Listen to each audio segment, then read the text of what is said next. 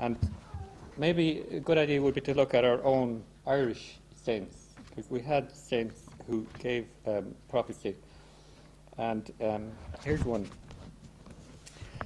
There was a saint, St. Columkill. He lived in Glen Columkill, which is on the map there just in front of me. This is Donegal, as you can see down there.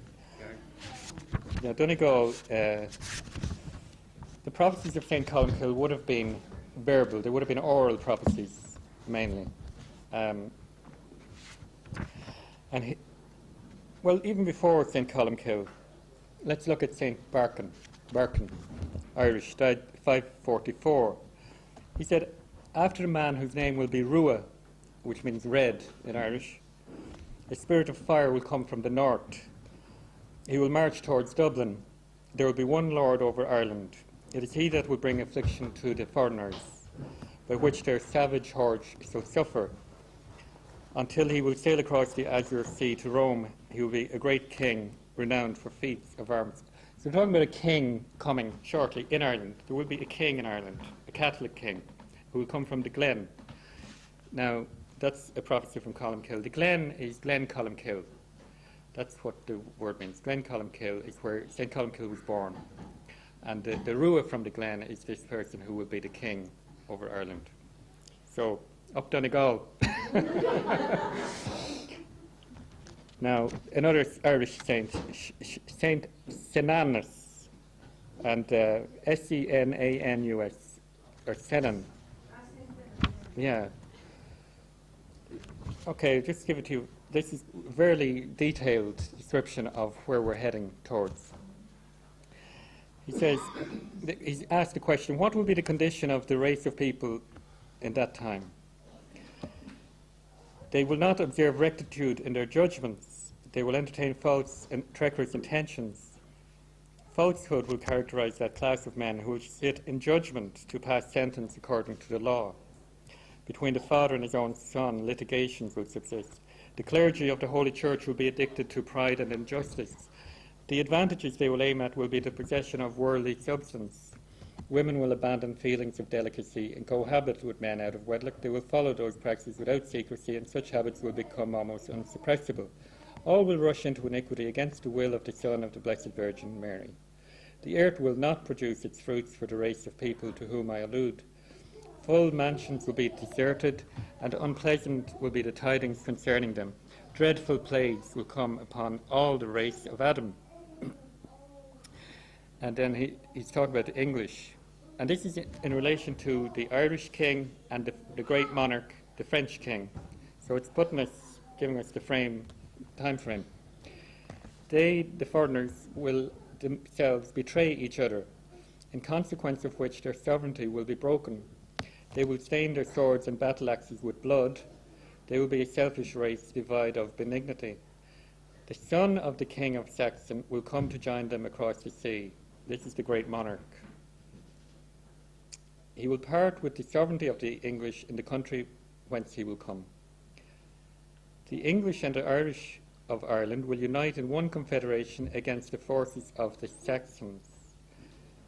The king of Saxon's son will come at the head of his forces, and that's the great monarch. In consequence of the protection he will extend to them, Ireland will be freed. One monarch will rule in Ireland over the English and the pure Irish. From the reign of that man, the people will suffer no destitution. I think you can take from that there's going to be probably a bit of a fight on hands. A bit of a fight on hands.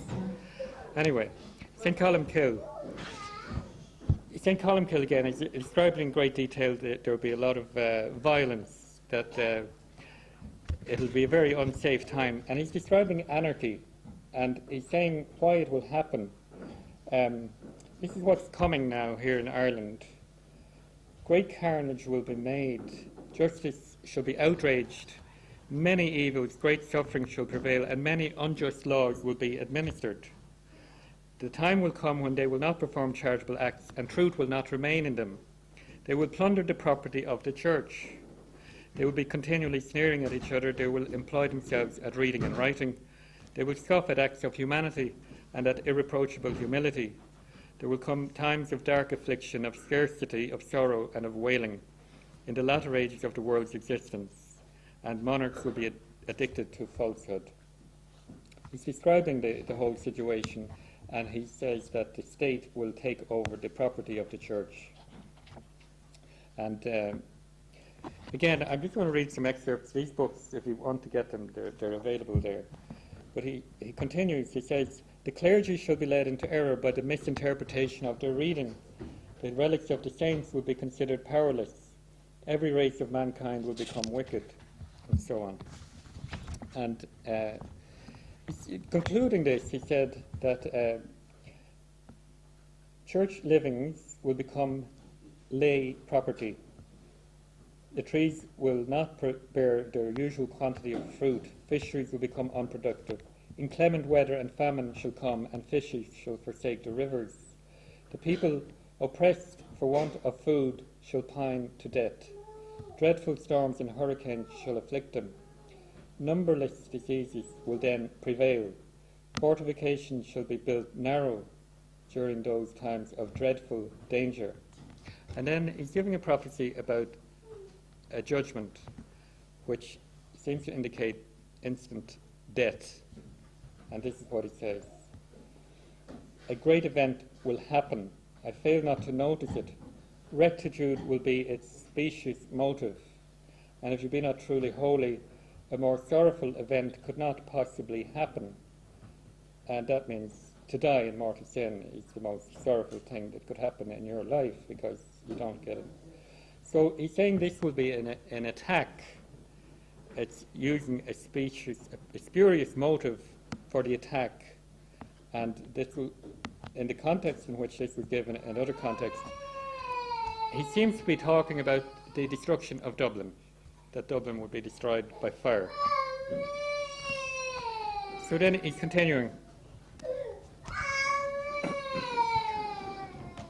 I'm not going to read continually all the prophecies because there's just too much detail in them, but what he's saying is a fleet will come to Ireland, a foreign fleet, and when you put that together with other prophecies, it would seem to indicate it's a fleet that's initially it would be controlled by communist power, whether it's Russia or China, and that it would circle Ireland, and there would be a lot of death and destruction.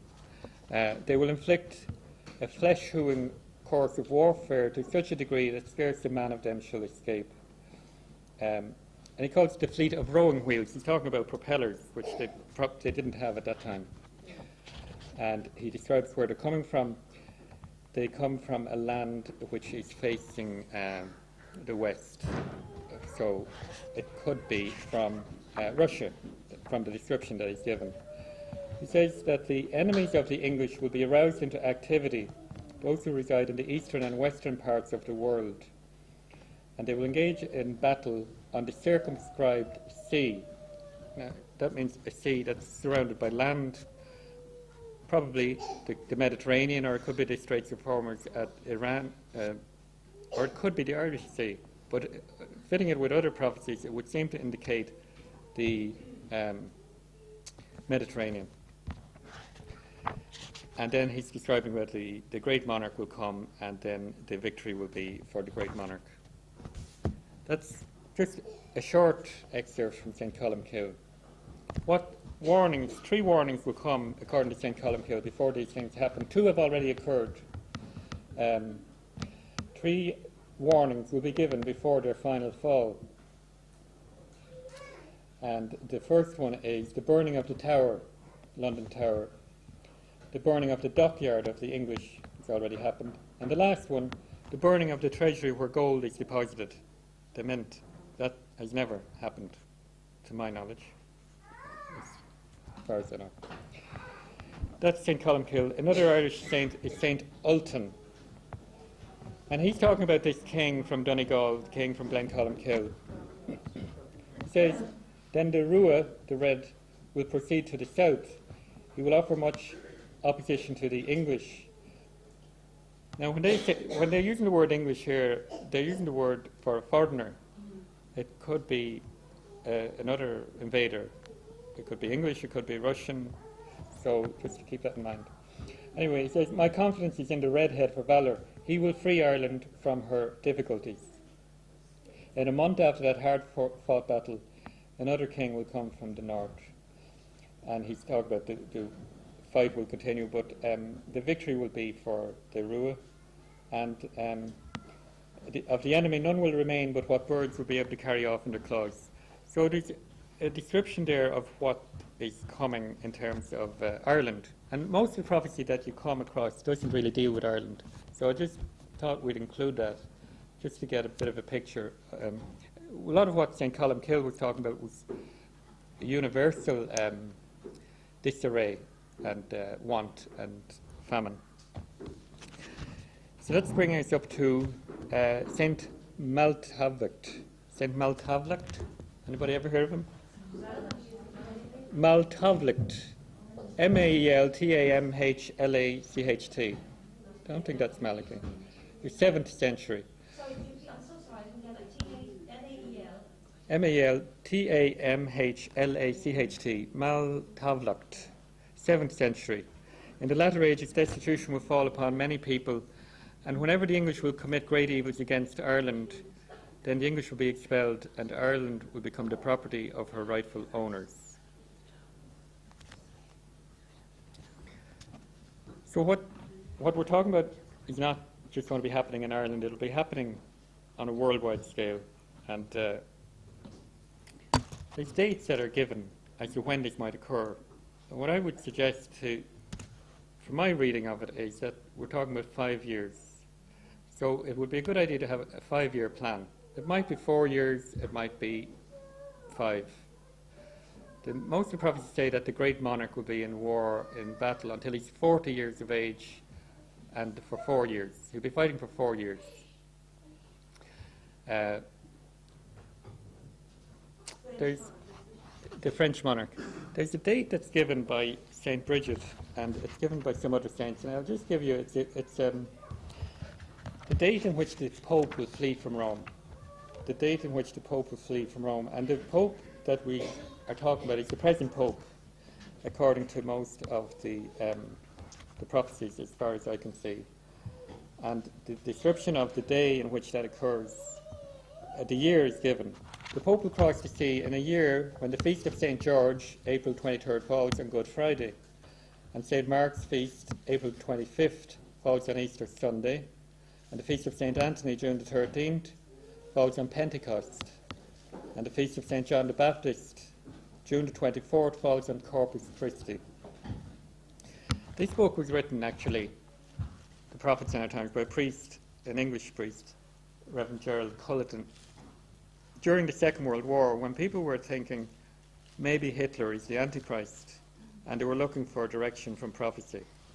And these prophecies apply still. They didn't come to pass in the Second World War. But that date, he says in the book, he says all these occurrences will take place in the year 1943, and not again until 2038. Now, the present Pope, what age will he be in 2038? I think 111. He'd be 111. So this is not the only prophet who said this. St. Bridget of Sweden said the same thing. And she's talking about a German figure who attacks the church, coming from Prussia. Prussia means East Germany, Berlin, the part which would have been under communist rule. St. Bridget of Sweden said, this Antichrist, when I say Antichrist, I'm talking about minor Antichrist, not the real final Antichrist at the end of the world. But St. Bridget says, he will be most invincible in war and will subdue all Germany. The great house will almost be pulled down. At last the eagle from the north, that's the great monarch, will come from the north to the west, and will, together with her children, be surrounded by the towers of Spain. So Spain will support them, and will raise up Germany again.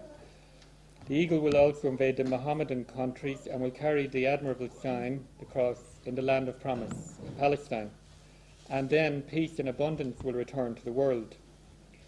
The most unhappy war will end when an emperor of Spanish origin will be elected, who will in a wonderful manner, be victorious through the sign of the cross. He will destroy the Jewish and Mohammedan sects. He will restore the Church of Santa Sophia in Constantinople, and all the earth will enjoy peace and prosperity, and new cities will be built. Let the Greeks know that their empire, kingdom, or dominions will never be secure and settled peace, but always held in subjection by their enemies, from whom they will have to suffer grievous hardships and constant distress, until with true humility and goodwill they will have devoutly submitted to the Church of Rome and to her faith, conforming themselves entirely to the holy ordinance and rites of the Church. And she again repeats these dates. When the feast of St. Mark, April 25th, falls on Easter, the feast of St. Anthony, June the 13th, on Pentecost, and that of St. John, June the 24th, on Corpus Christi, the whole world will cry, woe. Now, again, in brackets, he says, these feasts occur in 1943, but not again until 2038. So, are we going to be waiting until 2038 for the Pope to flee from Rome? No, we're not. Is there any time when this could possibly ever occur before 2038? Yes. The only time it can possibly occur, as far as I can see, is 2015. 2015, another prophecy says there will be no Pope in Rome for 2 years or more. If the Pope leaves in 2015, then the triumph could be expected in 2017, which is the 100th anniversary of Fatima. So let's just say this is possibly correct. And there's a lot of reasons. Sorry, Eamon, when you say 2015, when do you think that's... Yeah, well, if anyone has a church calendar, or you can look it up yourself in your mobile phone. If you go to the date, the 25th of April, or the 13th of June, it's only 2015 that all those dates fall together on Fridays, Sundays, and Corpus Christi, Thursday. So, if that's the case, 2015, if that's when the Pope flees Rome, the warning will come after that. So the warning cannot come until the Pope flees from Rome. You know that. Sometimes you hear people saying the warning's coming in September, it's coming next month, it'll come next March. Can't happen. Cannot happen. They're not inspired. They're using human reason or whatever.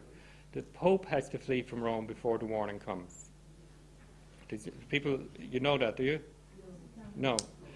The Pope, the illumination of conscience, the warning, and that won't happen until the Pope flees from Rome. The warning will come when things are at their worst.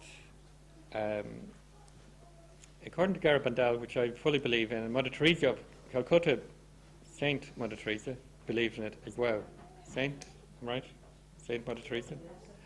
So she had no doubt whatsoever about Garabandal. And Mary Lowley, who died last year, I think, she said that the warning would come after the Pope returned from Russia. So the Pope would go to Russia, and when he returned, then the revolution would break out. Communism would be everywhere. Communism will be in every country in the world. Revolution will start almost simultaneously. And that's not something that just happens at the drop of a hat. You have societies, secret societies that are organized to bring that about.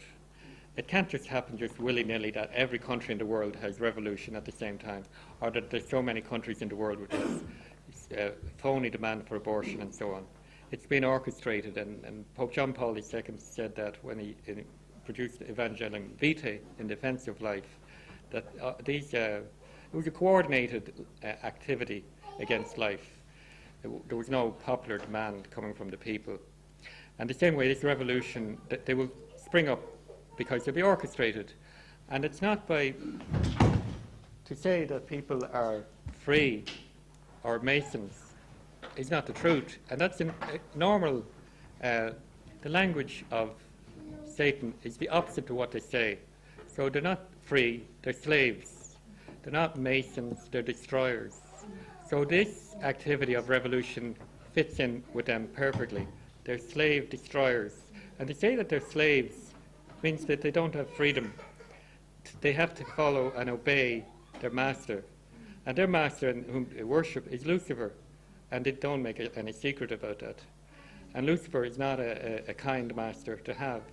So they're in bondage. They're not free. So this revolution will come after the Pope returns from Russia. I don't know when the Pope is going to Russia, but it's not on the agenda as far as I can see in the near future. If there was a sudden crisis, he could go very rapidly. But Mary Lowley said very specifically that when the Pope returns from Russia, communism will follow on its heels. And she said the miracle would be paid for with much blood. And we're talking about the greatest persecution of the church in its history. If you thought Cromwell was bad, watch out. And people will say, it couldn't happen here. Well, Cromwell happened here. And it'll happen in places where people will say, this couldn't have happened in this place. It'll be so thorough a persecution of the church and destruction of the hierarchy. And any who are faithful to the true Pope, which is Pope Benedict. In other words, there'll be a false Pope, at least one. And a lot of people who want to will follow the false Pope. But many people may be deceived by the media. I just got a text there. They're talking on News Talk today about the Irish Church breaking away from Rome. Yeah. You know? This is not... When you move forward into the prophecies, you're living in it. You're living what you're reading on the page. It's kind of unreal. And this is only the start of it. They're talking about the Irish Church breaking away from Peter, which is crazy. But they don't think that's crazy. And we have the... you know what's happening, the effrontery of our so-called democratic leaders lying about the Pope, lying about the Vatican, and not even having the humility to admit that they're lying, and still having the effrontery to say that this is the truth. And what court of law is going to vindicate the Vatican or the Pope? But anyway, this is what we are now this year. Give it another couple of years. But even before the Pope flees from Rome, there will be war and anarchy throughout the world, throughout Europe in particular. The great monarch, if he begins 4 years before 2017, we're talking about 2013, where the revolution and the war would be in full sway. And we're now at 2011, we're going into 2012. Before the war that comes, you'll have a massive economic crash that, again, the likes of which has never occurred in history. And 1930s had nothing on it. And again, this is given very clearly. There's many